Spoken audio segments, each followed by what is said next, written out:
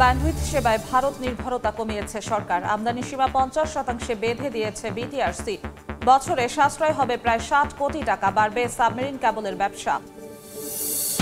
অপরিকল্পিত উন্নয়নের খেসারত। যানজটে নাকাল চট্টগ্রামের পতেঙ্গা এলাকা। টানেল এলিভেটেড এক্সপ্রেসওয়ের গাড়ির চাপ কমাতে এবার সিডিএর 270 কোটি টাকার নতুন প্রকল্প। রংপুরে কমছে না তামাকের আগ্রাসন। বছর ব্যবধানে উৎপাদন বেড়েছে 44%। অন্য ফসল চাষে ব্যয় বাড়ায় তামাকে বেশি আগ্রহ। নিরুৎসাহিত করে দায় সারছে কৃষি বিভাগ। ইলিশের উৎপাদন বাড়াতে পদ্মা ও মেঘনার অভয় আশ্রমে 1 মার্চ থেকে জাটকা ধরা নিষিদ্ধ। অভিযান শুরুর আগেই খাদ্য প্রণোদনা দেয়া দাবি জেলেদের।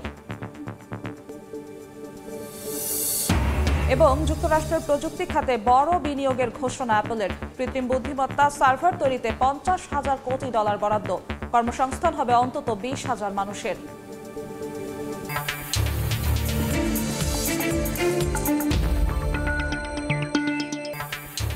দেখছিলেন শিরোনাম। আমন্ত্রণ জানাচ্ছি দেশ ও দেশের বাইরের অর্থ বাণিজ্যের নানা খবর নিয়ে আমাদের নিয়মিত আয়োজন এই সময়ের বাণিজ্যে। আপনাদের সঙ্গে আছি আমি জিন্নাতারা যশোয়া। ভারত থেকে ব্যান্ডউইথ আমদানি কমালো সরকার। 1 মার্চ থেকে আইটিসি প্রতিষ্ঠানের আমদানি করা ব্যান্ডউইথ 50% বেশি কিনতে পারবে না আইআইজি অপারেটররা। সংশোধিত আইআইজি লাইসেন্সিং গাইডলাইনে নির্দেশনা দিয়েছে বিটিআরসি। সংশ্লিষ্টরা বলছেন সরকারের এই সিদ্ধান্তে বছরে প্রায় 60 কোটি টাকা সাশ্রয় হবে। বিপরীতে বাড়বে সাবমেরিন কেবলের ব্যবসা। শুভ খানের রিপোর্ট।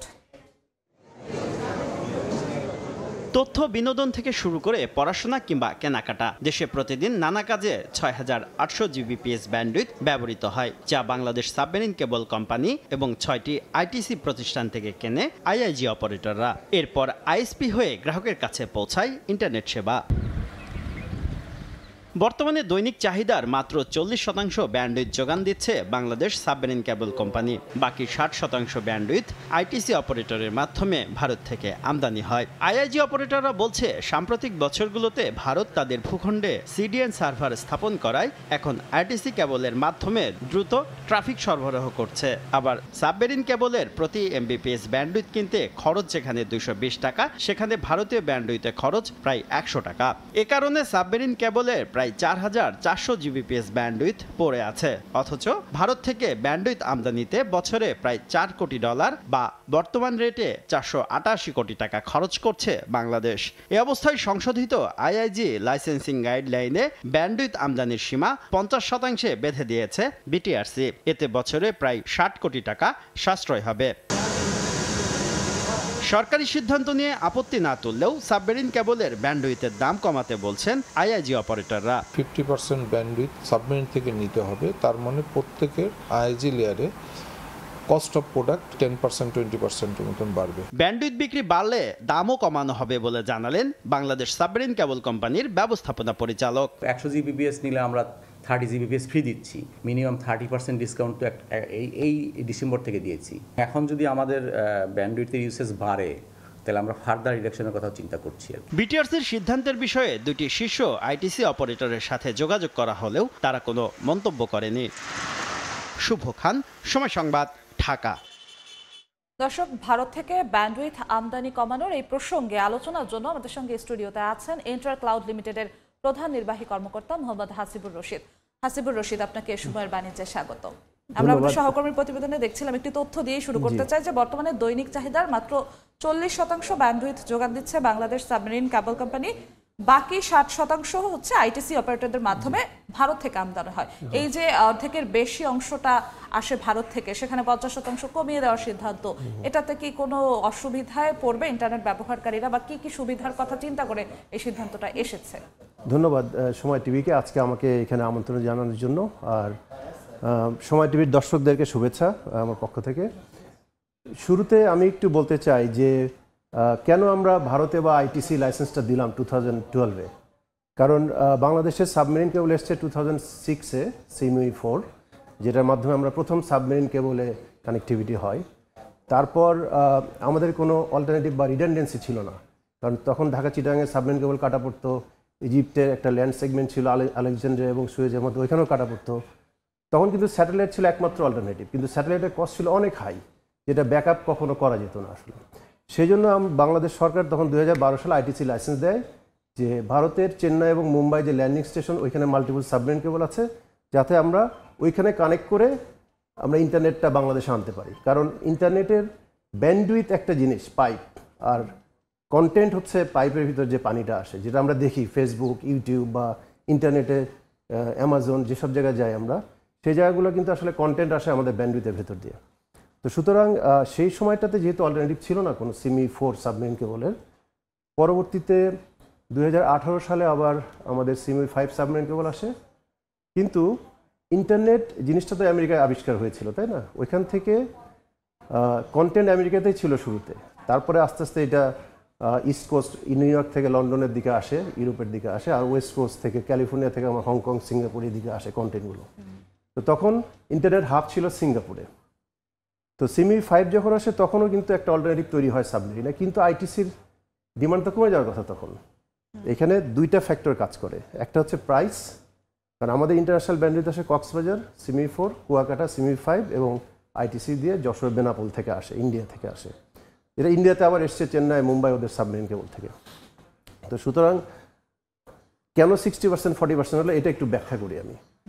12 সালে আসার পরে কিন্তু আমাদের কোনো এক সময় ছিল যে সাবমেরিনে 60-70% পর্যন্ত ছিল, আইটিসিতে শুধু 30% ছিল। কারণ প্রাইস একটা ফ্যাক্টর এখানে, যেদিকে প্রাইস কম পাবে ইন্টারনেট গেটওয়ে কোম্পানিরা সেদিক থেকে ব্যান্ডউইথ বেশি বাড়াতো তখন। তখন একটা পর্যায়ে দেখা যাচ্ছে 14-15 সালের দিকে সাবমেরিন কেবল কোম্পানি সেল করতো প্রায় 70%-এর মতো, আইটিসি থেকে তখন হয়তো 30% মতো ক্যাপাসিটি আসতো।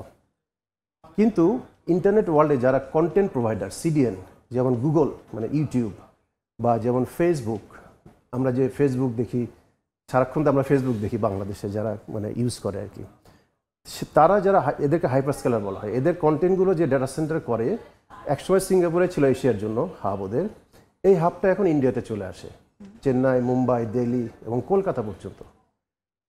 তো এই গ্লোবাল কন্টেন্ট প্রোভাইডাররা যখন তাদের কন্টেন্টের প্ল্যানিংটা করে, তখন কিন্তু একটা রিজন ধরে করে যে কোনখানে তাদের ডেটা সেন্টার করবে, সেখান থেকে কোথায় সার্ভ করবে। এখন কলকাতাকে করেছে বাংলাদেশ, নেপাল, ভুটান বা ইন্ডিয়া, ওয়েস্ট বেঙ্গল সার্ভ করার জন্য কলকাতাতে এখন গুগল, ফেসবুক সহ আরও অন্যান্য সিডিএন প্রোভাইডাররা এসছে কলকাতাতে, যার জন্য দেখেন এইখানে 60-40। আপনি বলছিলেন যে এখানে নিউজ রিপোর্টে দেখছিলাম যে সাবমেরিন কেবলের প্রাইস হচ্ছে 220 টাকা এবং এখানে 100 টাকা। 100% কিন্তু এদিকে চলে যাওয়ার কথা ছিল, কিন্তু যায় নাই, বিকজ রিডান্ডেন্সি দরকার।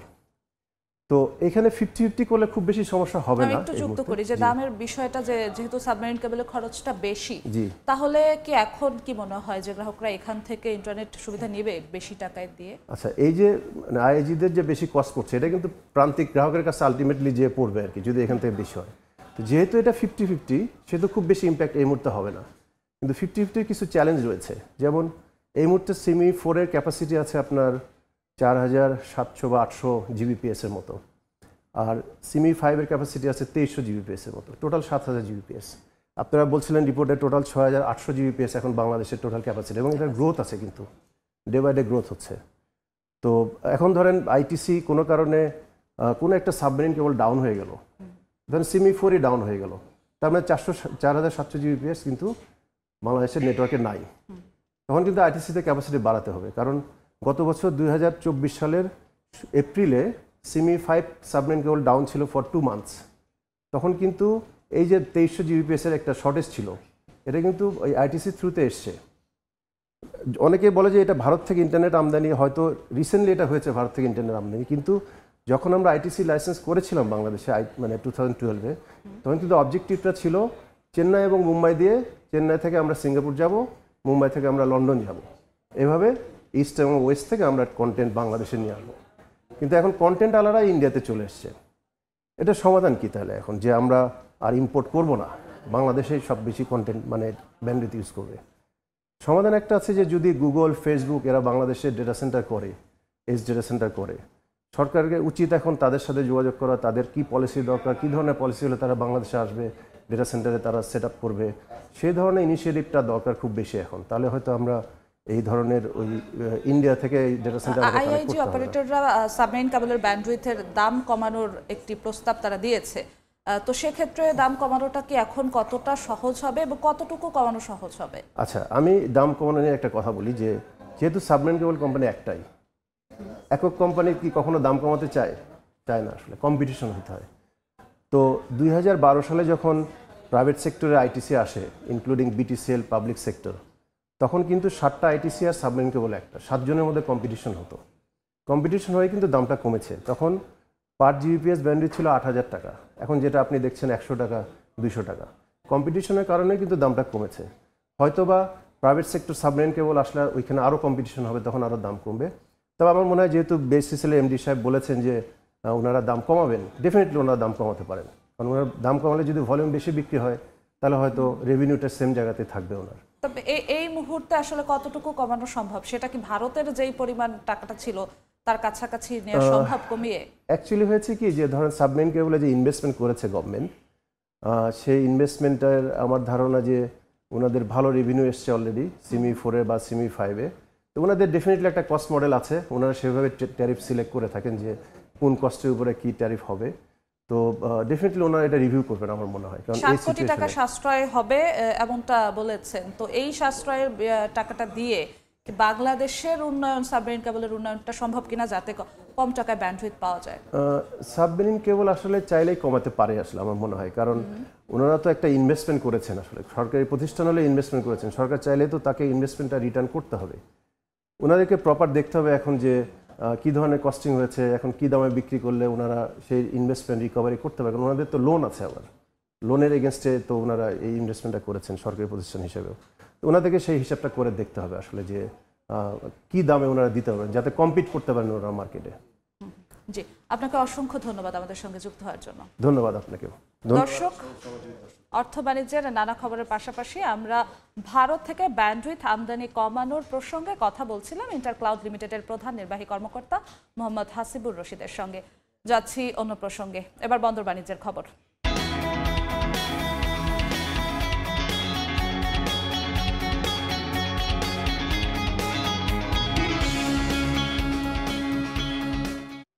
ভারত ও ভুটানের অভ্যন্তরীণ জটিলতায় ভুগছে বাংলাদেশ। পঞ্চগড়ের বাংলাবান্ধা স্থলবন্দর দিয়ে গত 4 মাস ধরে ভুটান থেকে পাথর আমদানি বন্ধ।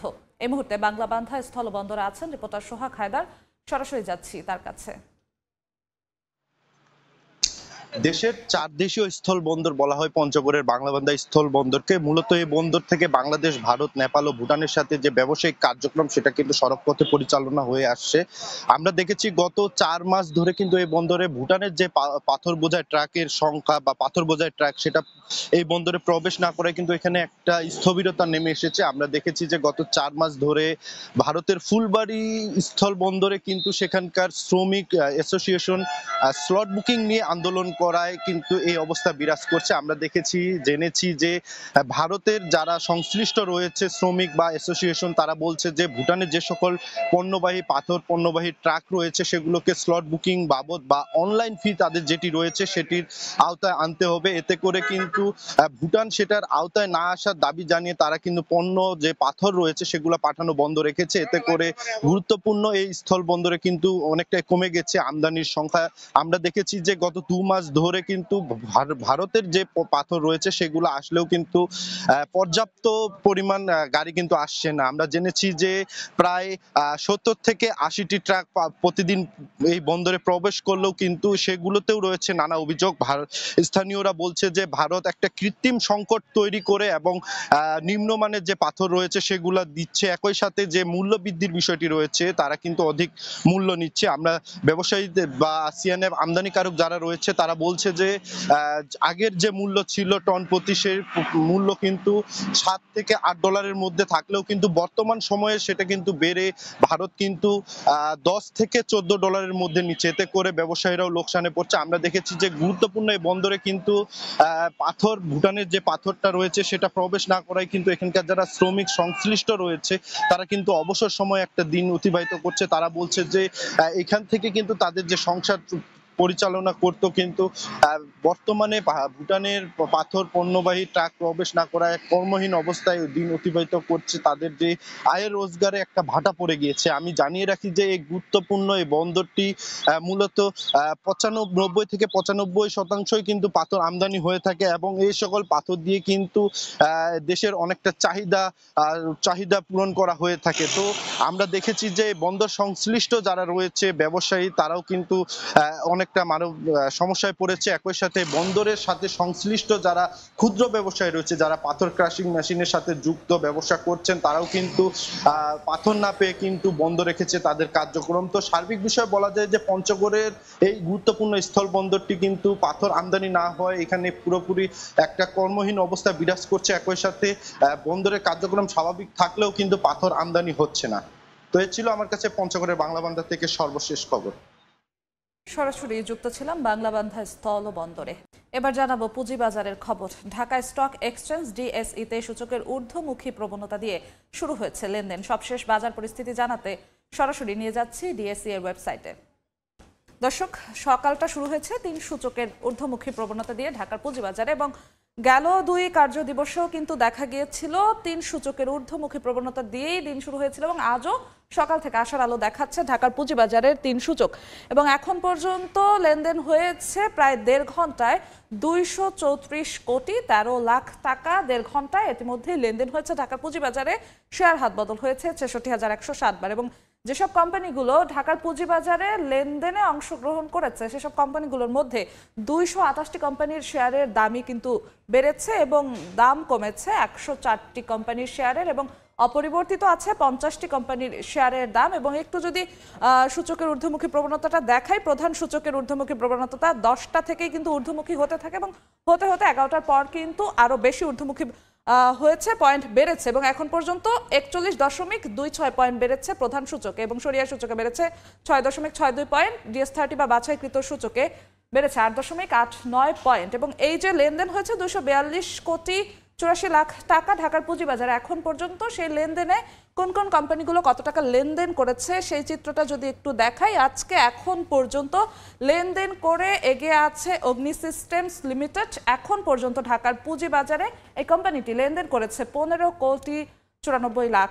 টাকা। এবং 2 নম্বরে আছে বেস্ট হোল্ডিং। বেস্ট হোল্ডিং এখন পর্যন্ত ঢাকার পুঁজিবাজারে লেনদেন করেছে 8 কোটি টাকার কিছু বেশি। এবং 3 নম্বরে আছে ব্যাংকিং খাতের একটি প্রতিষ্ঠান আইএফআইসি এখন পর্যন্ত ঢাকার পুঁজিবাজারে লেনদেন করেছে 6 কোটি 95 লাখ টাকা। এবং 4 নম্বরে আছে এসপি সিরামিক্স এখন পর্যন্ত লেনদেন করেছে 6 কোটি 56 লাখ টাকা। এবং 5 নম্বরে আছে জিপি এখন পর্যন্ত গ্রামীণফোন লেনদেন করেছে 5 কোটি 13 লাখ টাকা। এবং যেমনটা বলছিলাম যে 1.5 ঘন্টায় কিন্তু 234 কোটি টাকার বেশি লেনদেন করে ফেলেছে ঢাকার পুঁজিবাজার এখন পর্যন্ত, যাতে বোঝা যায় যে গেল কয়েক কার্যদিবসে যেমন চিত্র ছিল যে 1.5 ঘন্টার লেনদেনের পরিমাণ ছিল, তার থেকে আজকে কিছুটা আশার আলো দেখাচ্ছে ঢাকার পুঁজিবাজার। তো এই ছিল এখন পর্যন্ত ঢাকা স্টক এক্সচেঞ্জ ডিএসই এর সবশেষ আপডেট।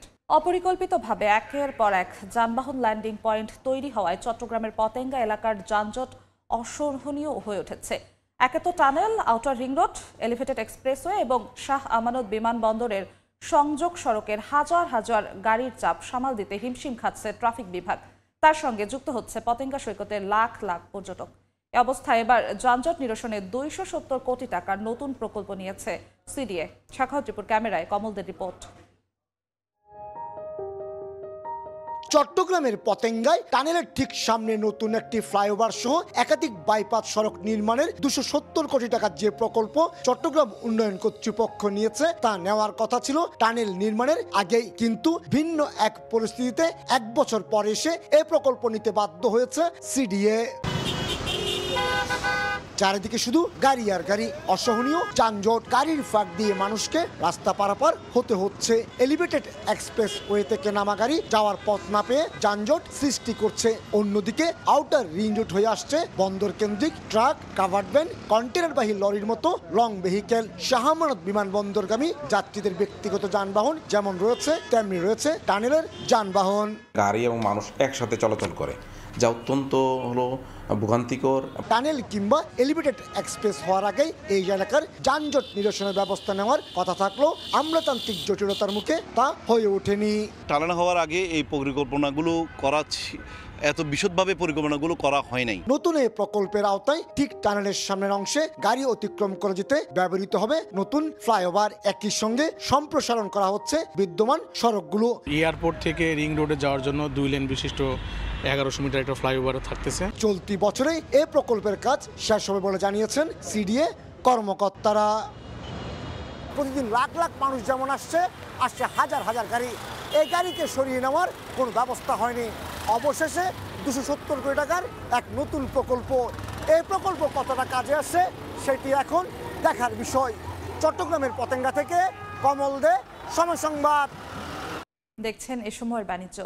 চট্টগ্রামে টিসিবির পণ্যের জন্য হাহাকার। স্বল্প মূল্যে নিত্যপণ্য কিনতে লম্বা লাইনে দাঁড়িয়ে অপেক্ষা করছেন নিম্ন আয়ের মানুষ। এই মুহূর্তে নগরীর জামালখানে আছেন রিপোর্টার শফিকুল আলম, সরাসরি যাচ্ছি তার কাছে। শফিকুল, কম দামে টিসিবির পণ্য নিতে চট্টগ্রামে দীর্ঘ লাইন, গ্রাহকদের দরিদ্র দ্বারা আর্থিকভাবে দুর্বল সেই দরিদ্র মানুষগুলো এসেছেন ভোর থেকে। অর্থাৎ আপনাকে যদি দেখায়, আপনি মানে এখানে যে ভোর 6টা থেকে এসে দীর্ঘ লাইনে দাঁড়িয়ে আছে এই সাধারণ মানুষগুলো, কারণ তারা বলছেন যে গাড়ি আসবে একটাই, এখনো পর্যন্ত আরও 3 ঘন্টা এখনও বাকি আছে। তাছাড়া এটি ভোর 6টা থেকে 5 ঘন্টা হয়ে গেছে এবং তারা কম দামে যে টিসিবি যে পণ্যগুলো দেওয়া হয় সেগুলো নেওয়ার জন্য আসেন। আপনি হয়তো জানেন সামনে আর 5 দিন পর রমজান, পাশাপাশি প্রতিদিনেই কিন্তু এখানে চট্টগ্রামের এই জামালখান সহ বিভিন্ন এলাকায় এরকম টিসিবির পণ্য নেওয়ার জন্য মানুষের জটলা থাকে। আমরা কিছুক্ষণ আগে দেখেছি দীর্ঘ লাইনে ধরার জন্য মারামারিও আমরা দেখেছি সাধারণ মানুষের মধ্যে, কারণ তারা বলা হচ্ছে এখানে 2 লিটার তেল, 1 কেজি 2 কেজি ছোলা, 2 কেজি ডাল, 1 কেজি চিনি এবং আধা কেজি খেজুর, যেটি দেওয়া হয় 590 টাকায়। আর যেগুলো বাজার থেকে কিনলে অন্তত 1100 থেকে 1200 টাকা আসে। অর্থাৎ অর্ধেক কম দামে এই পণ্যগুলো নেওয়ার জন্য কিন্তু প্রতিদিন চট্টগ্রামের এই জামালখানে কিন্তু হাজারো মানুষের আমরা ভিড় দেখতে পাই। সকাল থেকেই দেখছি এরকম ভিড়। এখনো পর্যন্ত আরও 3 ঘন্টা বাকি আছে। ইতিমধ্যে কিন্তু ভোর 6টা থেকে এসে এখন সকাল 11টা, প্রায় 5 ঘন্টা হয়ে গেছে, আরও 4 ঘন্টা বাকি আছে। 1টা থেকে 2টার দিকে গাড়িগুলো আসে। এখন থেকে মানুষের আমরা ভিড় দেখতে পাচ্ছি। তাদের সাথে কথা বলেছিলাম, তারা বলছে আসলে সরকার যদি চায় তাহলে এই টিসিবির যে পণ্য গাড়িগুলো আরও বাড়াতে পারে। যেহেতু নিত্য প্রয়োজনীয় পণ্যের দাম বেড়ে গেছে, সেক্ষেত্রে সাধারণ মানুষ অর্থাৎ যারা দরিদ্র বা অসহায়, যাদের মধ্যবিত্তে যারা আছে, তারা কিন্তু এখানে নেওয়ার জন্য আসেন। আমরা অনেক সময় দেখেছি এখানে মধ্যবিত্তরাও কিন্তু এই দীর্ঘ লাইনে এসে দাঁড়িয়েছেন, কারণ বাজারে যে দ্রব্যমূল্যে যে ঊর্ধ্বগতি সেটি কেনা অনেকের নাকাল হয়ে যায়। সেজন্য কিন্তু এখানে দীর্ঘ লাইন আমরা জামালখানে দেখতে পাচ্ছি। তো এই ছিল আমার কাছে সর্বশেষ তথ্য। সরাসরি যুক্ত ছিলাম চট্টগ্রামে। টাটকা সংরক্ষণে 1 মার্চ থেকে পদ্মা ও মেঘনার অভয়াশ্রমে বন্ধ হচ্ছে মাছ ধরা। নিষেধাজ্ঞা সফল করতে সচেতনতামূলক কার্যক্রম চালাচ্ছে প্রশাসন। জেলেরা বলছে অভিযান শুরুর আগেই যেন দেয়া হয় প্রণোদনার চাল। নিষেধাজ্ঞার আগেই তীরে ভিড়তে শুরু করেছে মাছ ধরার নৌকা, তাই নদী তীরে সারি সারি ছোট বড় নৌকা। জাটকা সংরক্ষণে আগামী 1 মাস থেকে পদ্মা ও মেঘনার অভয়াশ্রমে শুরু হতে যাচ্ছে এই নিষেধাজ্ঞা। এই জন্য আগেভাগে নদী থেকে জাল তুলে নিচ্ছেন জেলেরা। মাছ ধরার সময় যেসব জাল ছেড়ে গেছে তা মেরামত করে তুলে রাখছেন অনেকেই। জেলেরা জানায় 3 দিন পর থেকে নদীতে মাছ ধরা নিষেধাজ্ঞা শুরু হলেও মার্চ মাসের প্রণোদনার চাল এখনও পাননি তারা। দীর্ঘদিন ধরে এই পেশায় থেকেও জেলে কার্ড না পেয়ে হতাশা প্রকাশ করেন অনেকেই। তাদের অভিযোগ, মাছ ধরা নিষেধাজ্ঞার সময় প্রতি বছর নানা অব্যবস্থাপনা থাকলেও সমাধান হচ্ছে না। 7 বছর হয়েছে আমার জেলে কার্ড হয় নাই। এত ঋণ করতে 2 মাস ঋণ করে চলে, তারপর আমরা নদীতে নেমে আবার পরিশোধ করি। এদিকে সরকারের নিষেধাজ্ঞা অমান্য করে কেউ যেন জাটকা নিধন করতে না পারে তার জন্য জেলেদের সচেতন করছেন প্রশাসন। মাইলিশে চাঁদপুর অনেক স্বাচ্ছন্দ্যে ডিম পেড়েছে এবং এই জাটকা সংরক্ষণটা আমরা আশা করছি ভালোভাবে করতে পারলে ইলিশের উৎপাদনটা বৃদ্ধি পাবে। চাঁদপুরের সরকারি তালিকাভুক্ত জেলের সংখ্যা 43,715 জন। এর মধ্যে খাদ্য প্রণোদনার চাল পান 40,005 জন। ফারুক আহমদ, সময় সংবাদ, চাঁদপুর। বাংলাদেশের শিল্প খাত নিয়ে পার্শ্ববর্তী দেশ ষড়যন্ত্র করছে বলে অভিযোগ করেছেন টেক্সটাইল মিল মালিকরা। ভারত থেকে নির্ধারিত আমদানি মূল্যের চেয়েও কম দামে আসা সুতা টেক্সটাইল খাতের সংকটকে আরও বাড়াচ্ছে বলে দাবি ব্যবসায়ীদের। আমরা ফ্যাক্টরি বন্ধ করে দিলাম, এবার আপনারা এবার গ্যাসের প্রাইস 80 টাকা করে দেন, সমস্যা নাই। টেক্সটাইল খাতের সংকটকে আরও ঘনীভূত করেছে স্থলবন্দর দিয়ে ভারত থেকে ডাম্পিং মূল্যে সুতা আমদানি। এমনটাই জানিয়ে এই খাতের ব্যবসায়ীরা বলছেন, গ্যাস বিদ্যুৎ সংকট চরম পর্যায়ে দাঁড়িয়েছে। প্রেশার অ্যাভেলেবেল না থাকার কারণে আমাদের কিন্তু ফ্যাক্টরিগুলো বর্তমানে 50 থেকে 60% ইফিসিয়েন্সিতে চলছে। এতে দুইটা প্রবলেম হচ্ছে, আমাদের ক্যাশ ফ্লো আমরা মিলাতে পারতেছি না। সোমবার রাজধানীর গুলশান ক্লাবে আয়োজিত সংবাদ সম্মেলনে টেক্সটাইল খাতে নানা সমস্যা তুলে ধরে Bangladesh textile mills association BTMA।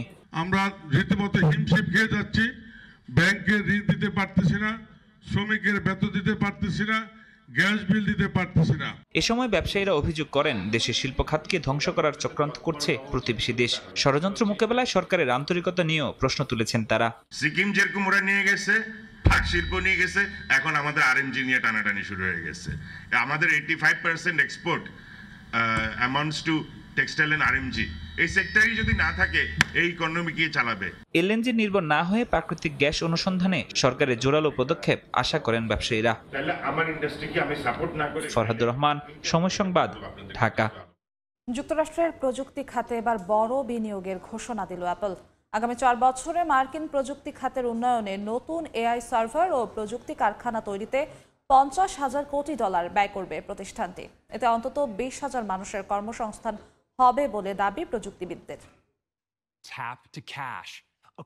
বর্তমানে অ্যাপলের বেশিরভাগ আইফোন তৈরি হয় চীনে, তাইওয়ানের প্রতিষ্ঠান ফক্সকনের মাধ্যমে। কিন্তু যুক্তরাষ্ট্রের নতুন শুল্ক নীতির কারণে উৎপাদন স্থানান্তরের পরিকল্পনা করছে প্রতিষ্ঠানটি। সম্প্রতি অ্যাপলের প্রধান নির্বাহী টিম কুক মার্কিন প্রেসিডেন্ট ডোনাল্ড ট্রাম্পের সঙ্গে সাক্ষাৎ করেন। এর কয়েকদিনের মধ্যেই মার্কিন প্রযুক্তি উন্নয়নে বড় বিনিয়োগের ঘোষণা আসে অ্যাপলের পক্ষ থেকে। $50,000 কোটি ব্যয় করার কথা জানিয়েছে এই টেক জায়ান্ট। যুক্তরাষ্ট্রের বাইরে উৎপাদন কমিয়ে দেশেই নতুন প্রযুক্তির অবকাঠামো করতে চায় অ্যাপল, আর তা করতেই ইতিহাসের সর্বোচ্চ বিনিয়োগের সিদ্ধান্ত নিয়েছে প্রতিষ্ঠানটি। সর্ববৃহৎ এই প্রকল্পের অংশ হিসেবে আগামী 4 বছরে Arizona, Iowa, Nevada, North Carolina ও ওরেগনে ডেটা সেন্টার সম্প্রসারণ করবে তারা। সেই সঙ্গে এখন যুক্তরাষ্ট্রেই তৈরি হবে উন্নত এআই সার্ভার। সেই লক্ষ্যে টেক্সাসের হিউস্টনে 2026 সালে চালু হবে 2,50,000 বর্গফুটের বিশাল কারখানা। এই বিনিয়োগ পরিকল্পনা যুক্তরাষ্ট্রের উৎপাদন ব্যবস্থাকে শক্তিশালী করবে বলে মত বিশেষজ্ঞদের। প্রযুক্তিবিদদের দাবি, প্রকল্প বাস্তবায়ন হলে তৈরি হবে নতুন কর্মক্ষেত্র। এই বিনিয়োগের ফলে গবেষণা, সিলিকন ইঞ্জিনিয়ারিং, সফটওয়্যার উন্নয়ন এবং এআই ও মেশিন লার্নিং খাতে 20,000 নতুন কর্মসংস্থান তৈরি হবে বলে আশা তাদের। আমিরুল ইসলাম আলিফ, সময় সংবাদ। রংপুর অঞ্চলে কোনোভাবেই কমছে না তামাকের আগ্রাসন। গত বছর থেকে এবছর উৎপাদন বেড়েছে 44%। অন্য ফসল চাষে ব্যয় বেড়ে যাওয়ায় তামাক চাষে আগ্রহ বাড়ছে কৃষকের। দিগন্ত জুড়ে শুধু তামাকের আবাদ, কৃষি জমি ও পরিবেশের জন্য ক্ষতিকর এই ফসল রংপুর অঞ্চলে 2024 সালে 13,349 হেক্টর জমিতে উৎপাদন হলেও এবছর তা 44% বেড়ে উৎপাদন হয়েছে 19,250 হেক্টর জমিতে। অন্য ফসলের থেকে বেশি টাকা লাভের আশায় জমির ক্ষতির পাশাপাশি স্বাস্থ্য ঝুঁকি জেনেও তামাক চাষে আগ্রহ বাড়ছে এই অঞ্চলের কৃষকদের। আমন ধানে দুন প্রতি 3,000 টাকা লাভ হয়, আর এরিতে 2,000 টাকা লাভ হবে। ধান টান যে লাগাই বা আলু লাগাই, এটা তো আমরা ন্যায্য রেট পাই না। দেখা গেল আমরা যে রেটটা পাই আমাদের এটা দিয়ে মোকা পোষায় না। কৃষকরা বলছেন, বিকল্প ফসল চাষে বীজ, সার, সেচ সহ উৎপাদন খরচ যেমন বেড়েছে, তেমনি উৎপাদিত পণ্যের ন্যায্য মূল্য প্রাপ্তিতে বেড়েছে অনিশ্চয়তা। অন্যদিকে বিভিন্ন তামাকজাত কোম্পানির প্রলোভনে ক্ষতি থাকা সত্ত্বেও তামাক চাষে ঝুঁকছেন তারা। আলুর বীজের দাম বেশি, আর আলু বিক্রি করতে গেলেও আলুর দাম কম পাওয়া যায়। সেক্ষেত্রে আমরা তামাক গাছি, তামাকে কম খরচে বেশি লাভ। কোম্পানির বীজ দিতেছে, এই কারণে কোম্পানি গাড়া, না হলে তো আলু গাড়তাম। সংশ্লিষ্টরা বলছেন, তামাকের ক্ষতিকর প্রভাব থেকে রক্ষা ও তামাক চাষী কৃষকদের নিরুৎসাহিত করতে বেশ কিছু পদক্ষেপ নেওয়া হয়েছে। বিপুল পরিমাণে কৃষক ভাইদেরকে তো প্রণোদনা দেওয়া হচ্ছে রবি ফসল চাষের জন্য। আরও বেশি উদ্যোগী হয়ে আরও বেশি কার্যকরী ব্যবস্থা প্রচারণা আমরা চালাবো, যাতে করে কৃষক নিরুৎসাহিত হয় এবং তামাকের জমিগুলোতে রবি শস্যের চাষ করে খাদ্য নিরাপত্তায় তারা ভূমিকা রাখতে পারে। কৃষকদের উৎপাদিত পণ্যের ন্যায্য মূল্য নিশ্চিত করা সহ তামাকজাত পণ্যের ব্যবহার কমানোর পাশাপাশি তামাকের ক্ষতিকর দিক নিয়ে সামাজিক সচেতনতা বৃদ্ধি করা গেলে কমানো সম্ভব তামাকের উৎপাদন, এমনটাই মনে করেন বিশেষজ্ঞরা। আব্দুর রশিদ জীবন, সময় সংবাদ, রংপুর। এই ছিল এই সময়ের বাণিজ্যের সঙ্গে থাকুন সময়।